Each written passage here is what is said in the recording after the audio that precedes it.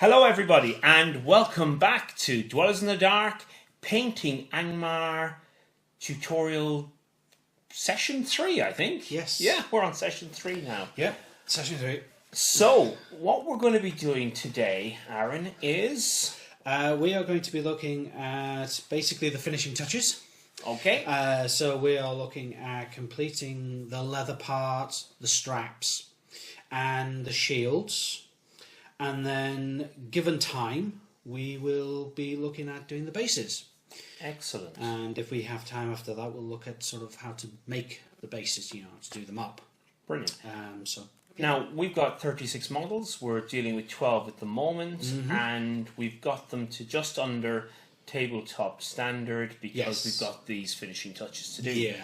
The remaining 2 units, which we're going to start on over time, is going to be at a higher standard for each unit, as we explained prior. But we're going to be using the exact same paints, the exact same colours, and then we're going to start adding aspects to them and possibly more variations on those colours to get the results that we want to achieve. Yes. It'll be the same colours, same base colours, as well as the same layer colour on top, but there'll be an additional layering colour as well, to bring it out a bit more, make it pop a bit more. Because obviously at this stage, they are literally at the basic stage you can get. Well, for me anyway.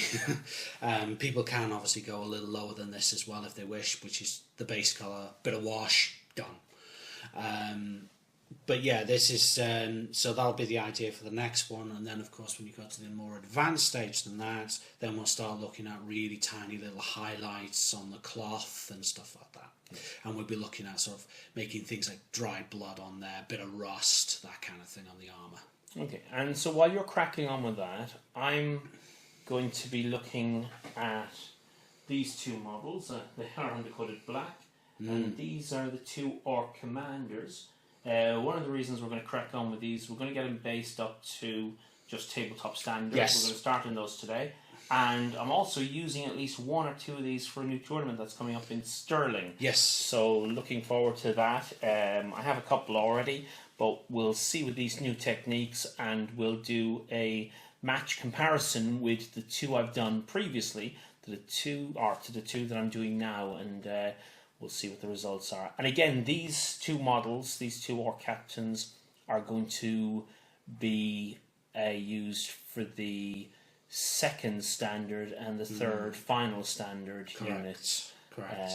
Excellent. Yeah. Right. So I think basically what we'll do is we'll look at cracking on here. Okay, so what colours are we using today then? For the leathers, it's going to be kind of similar to the skin, except we're going for a different look. We're not looking for the pale look. We're looking for more of a brighter look, especially on the edges.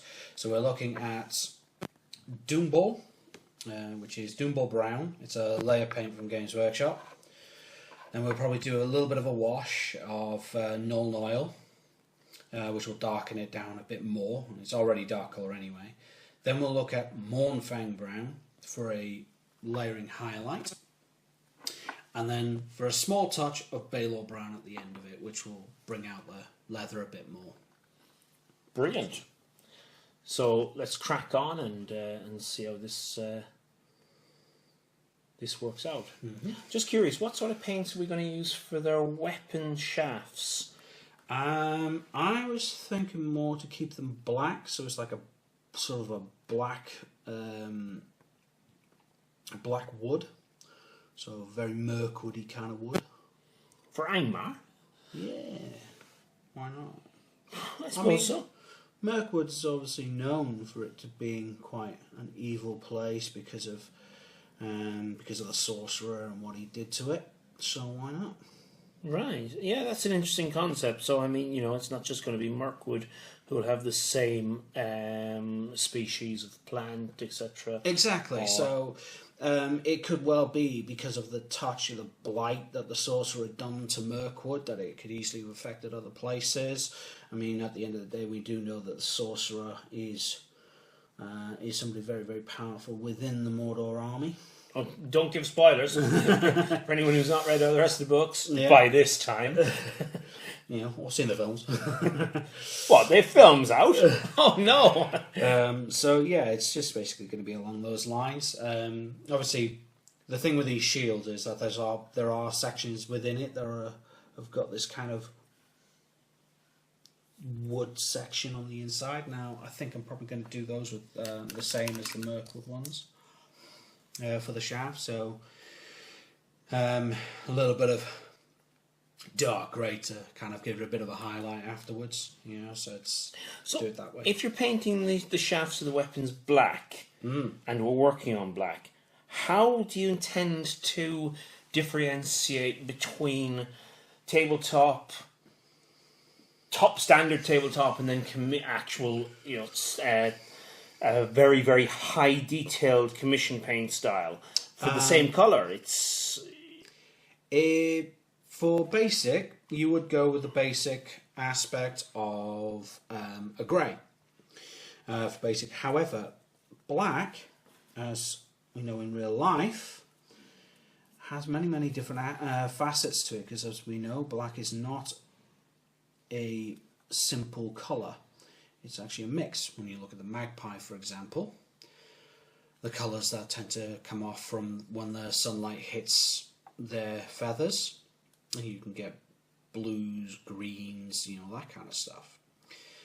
Black's the same thing, and when you're looking at doing it properly, you'd probably be looking at maybe putting in a little tint of blue when you go to the more advanced stages, especially on the highlights, and then maybe going up to a lighter grey at the ends, so it gives a nice little shine to it. And that would be the concept behind it. Excellent. Well, let's look forward to that then, shall we? Well, fingers crossed I'll be able to give it a good go with it anyway. You haven't played much Hobbit recently, have you? No, I haven't. I've been kind of sort of in, I suppose in a sense, a little bit of a funk with wargaming recently. I've just been concentrating more on the painting aspect of things. Of course, I've got my new Gene Stealer Cult Warhammer 40,000 list army that I'm painting up. So I'm just concentrating on those and seeing where I can go with them. And then maybe afterwards start looking at maybe playing games again.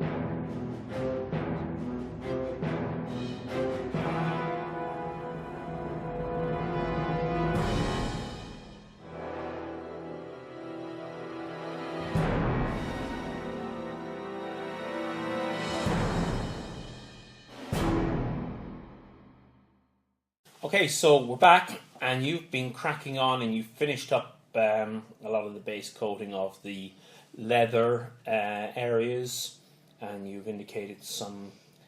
What's that? Is that leather or cloth or just animal skin on the front of the shields? Yeah, it's kind of like a hide colour, so it's a form of leather. It's obviously a tougher style of leather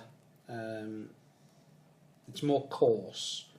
I find if you look at how armour is made and stuff like that, you usually find that, especially in like role-playing games and stuff like D&D or something, you find that leather tends to be the higher mark of stuff than hide. So hide's kind of almost like the raw version of leather before it's cured properly. And by the way, you can see on the markings on here, it looks like it's sewed together dead roughly, just to create the shield, and it's a decent sort of way of stopping arrows and stuff like that coming through. I see. Something I noticed whilst painting these shields is that it has a metal rim. Aha. Which is what I am just touching up now. So you'll notice this through when you start painting models and stuff, that you'll spot things and you go, oh, and I have to go back again. Indeed. So we're doing the metal rim of the shields as a touch-up. And our next stage after this is to use Nuln Oil. Yes, it'd be Nuln Oil over the scale mail. Probably less so with the scale mail. I might use a green for that one, because obviously with it being scales, I wanted to have a slightly different shading of colouring through it. So you'd expect like giant lizards and all that kind of stuff. That's where it's come from. But for the leathers and stuff like that, it'll be Nuln Oil. Interesting. Yeah, just for something slightly different, I think. I'm hoping it'll work. So, it's just something I kind of thought, oh, I wonder what happens if I put green on it. So, we shall see if it works out. I've done it in the past where I've used sort of like green over the top of different colours, and it works. It seems to work all right. So hopefully it'll work on a brown colour. So today we're just about to do Nuln Oil on, as I said, the metal rims, any form of metal on the model. Tip of, excuse me. Oh, I must be allergic to metal. Oh dear. So we're going to continue on, as I mentioned before, with the Nuln Oil, and that's going to be all over all the metal rims of the shields, the tips of the weapons, the indicated metal tips of the spears and the pickaxes, and obviously the swords. Then we're going to put Nuln Oil over any of the brown areas which indicate the... And this is just specifically these two brown areas, the scaled and leather aspect of the shields, the body armour, and the boots. So that's going to be a very nice quick job with the Nuln Oil. Oh, yeah. What's the next stage then from there? I will be looking at doing the furs. Now, some of these guys have fur as part of their clothing. So, for example, this one has some on here. May I? Yeah. So I'll probably be doing a greyish It's like a fur bib in a sense. Yeah, kind of. It's got it there. It's got it on the wrists as well that I could see as well. So it'll just be a bit on the wrists. And so I'll do them as well, and then they'll get a wash of probably Agrax Earthshade. Okay. Not made a full decision on that yet, but I have a feeling it'll be Agrax to give it a kind of a dirtyish brown look, so we can look at it from a different... It looks like the pelt's got brown underneath it, that kind of thing. Okay. And then we'll start... we'll probably put a little bit of a dry brush on those, because it's very, very detailed, and dry brush allows you to pick out those details very, very quickly, very easily. Would you dry brush the stage 3 models that we've yet to do? Now remember, this is what we pass as the highest standard. You can use it, okay, but you'd probably use it sparingly. So for example, with the furs, you'd probably still use it with the furs, but you would probably do it in such a different stage mark that it won't quite look like it's dry brushed. There's so much detail in the fur in these models that you kind of have to look at it and go, right, I've got to pick out the top layering, and then once you've picked out that with the first dry brush, then you'll probably do another dry brush on top, and then another one on top, so it'll pull out different colours. I see. I mean, dry brushing, by its very nature, is very randomised. If we go down to the micro aspect of where the paint is going to be laid out. With the third one, we'll probably be looking at what we probably call controlled dry brushing. So you're using very small dry brush and only picking out certain parts instead of just going all over the top of it. I see. So you're literally picking out like the smaller aspects and stuff like that. Excellent. Okay, well, we'll crack on and we'll get the null and oil done on these guys, shall we? Okay. Okay, so Aaron, you've finished off the squad in the next stage, and you've washed the scale mail and the upper armour sections with, what did you wash them with? It's with Coelia green shade, which is... You did mention that this green would give an organic feel to the scale mail. So what was your thought process? How's it working out? It seems to be working quite nicely. It's gone into the grooves really nice. The idea is obviously to have it kind of from a literal sense, because it's a fantasy world, of it being proper scales from like a giant lizard, which would probably dotted around Angmar and Mordor and the rest of Middle Earth. And just like obviously Smaug, he's a drake, he's a giant lizard in essence, but there's a green one instead, he's sort of a greeny brown one instead. And hopefully with that it will come out quite nicely. It'll be slightly different, which is what we want to try and get with these guys, is to make it just that little touch different, because obviously these are going to be Angmarian orcs. Right. Okay, so the next stage then is you're going to highlight these. I think you mentioned Morfang. Yeah, Morfang brown. And then to continue on that to... a small highlight then of Baelor, but you don't necessarily need Baelor on this, because you could probably finish it off with Morfang. Right. I'm just a stickler for having that little bit more lighter colour. Right, excellent.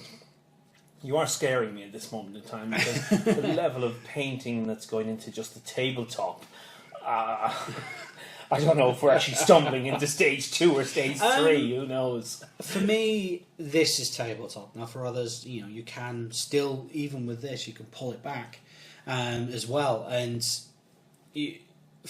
I find that just that little bit more detail for tabletop just makes it pop a bit more. Indeed. So you could probably say it's touching on stage 2, but it's not quite there. Okay, well, we'll crack on. Our next stage now is, because obviously we need to let that wash dry, and it takes a little longer than you expect, doesn't it? Yeah, shades are a bit tricksy, to be honest.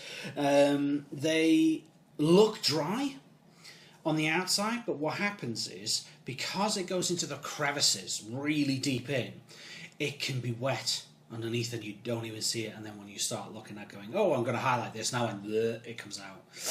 Because it touches onto the brush seeps it back in because it absorbs like a sponge, and it just messes it all up. Sometimes it does a nice effect, but most of the time it tends to mess it up.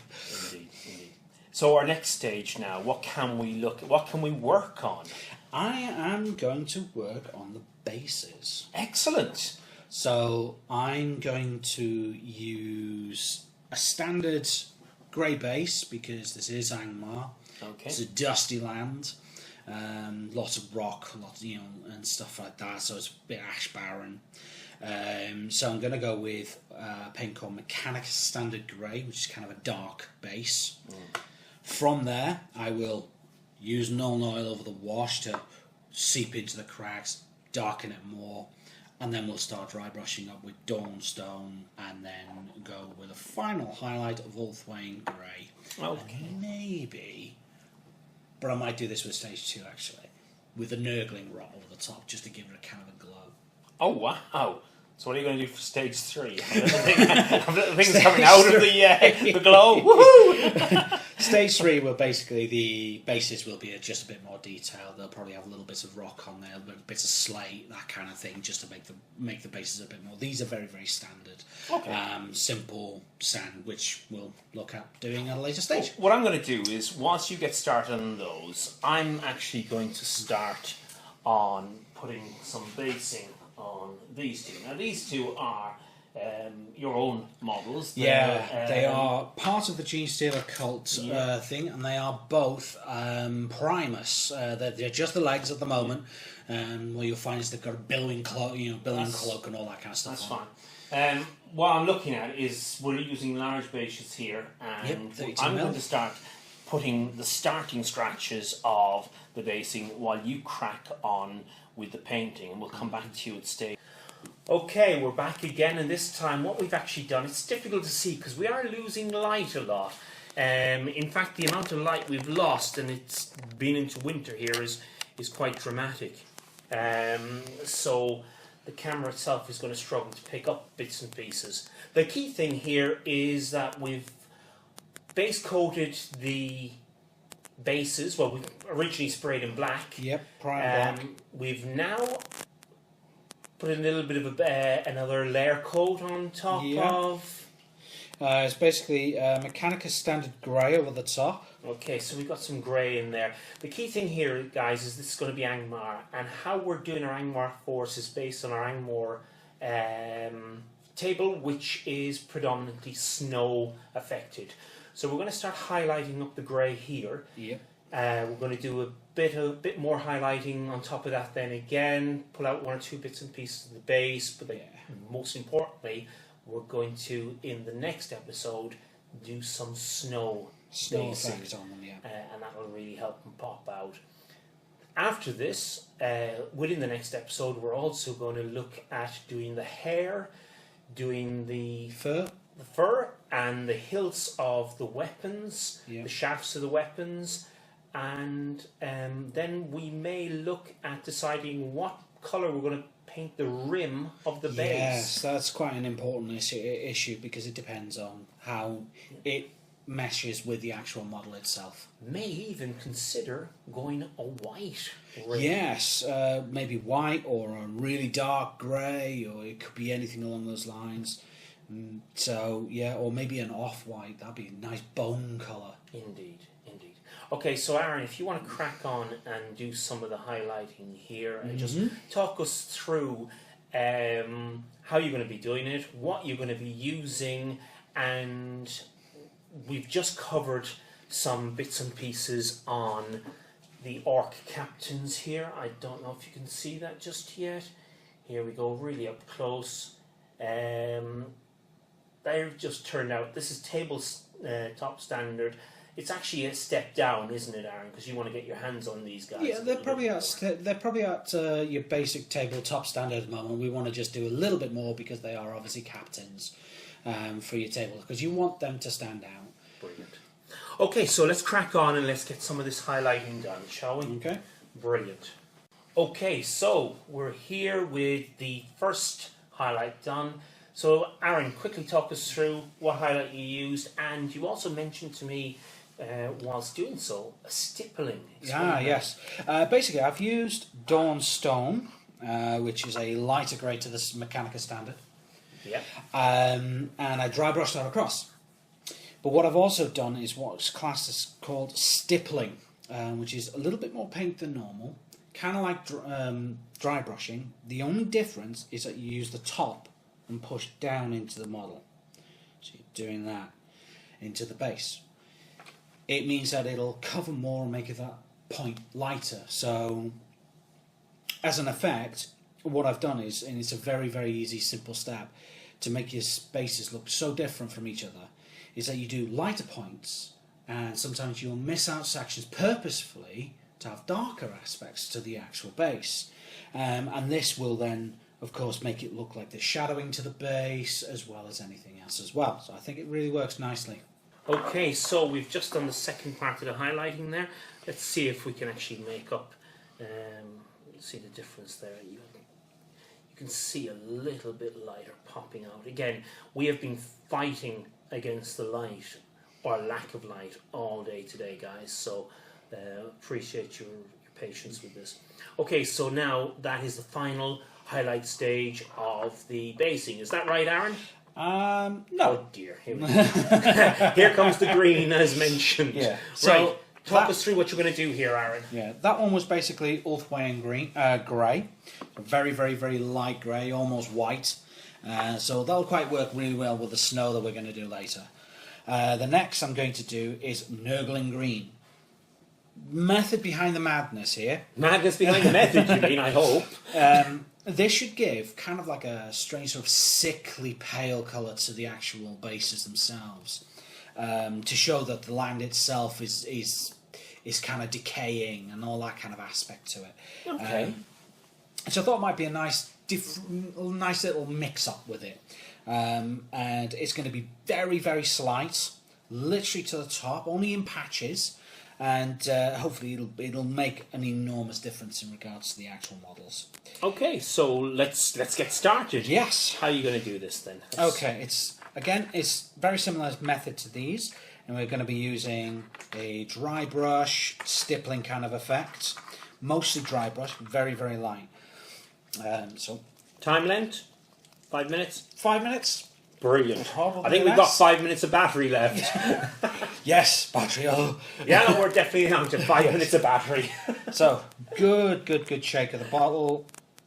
Doesn't really need anything along the lines of watering down because you are dry brushing at the end of the day, and it is going to be a case just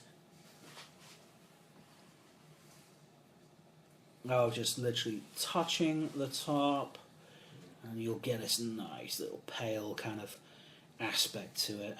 As you can see, guys, we really are fighting against the light here. Okay, And fighting against the time. So let's see what we've got there as Aaron kicks in with the rest. So where's the model? Right, yeah. It's difficult to make out because the lighting is changing, obviously, on the camera. Yeah. But we can see the comparison of the green of the orc's clothing. Again, it actually looks like it's a shine from the camera there.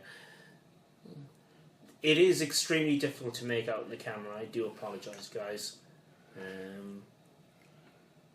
But let's just take this away and have a proper look-see at it as Aaron kicks in doing the rest. Yeah, it does give that little bit of a hint. Yeah. I am seeing that now as I got it closer under the light. Again, we'll be able to investigate this. We're actually doing another video on this tomorrow, aren't we? Yes. Yes. Are we doing a battle tomorrow as well, Aaron? I'm not sure. Maybe depends on time limits. Yeah. Well, let's bring your models along. Yeah. And we'll have that might be a better one to have a look at the highlight on. Okay. Again, all of this is. There's a bit more on that one, I feel. Off camera and on camera.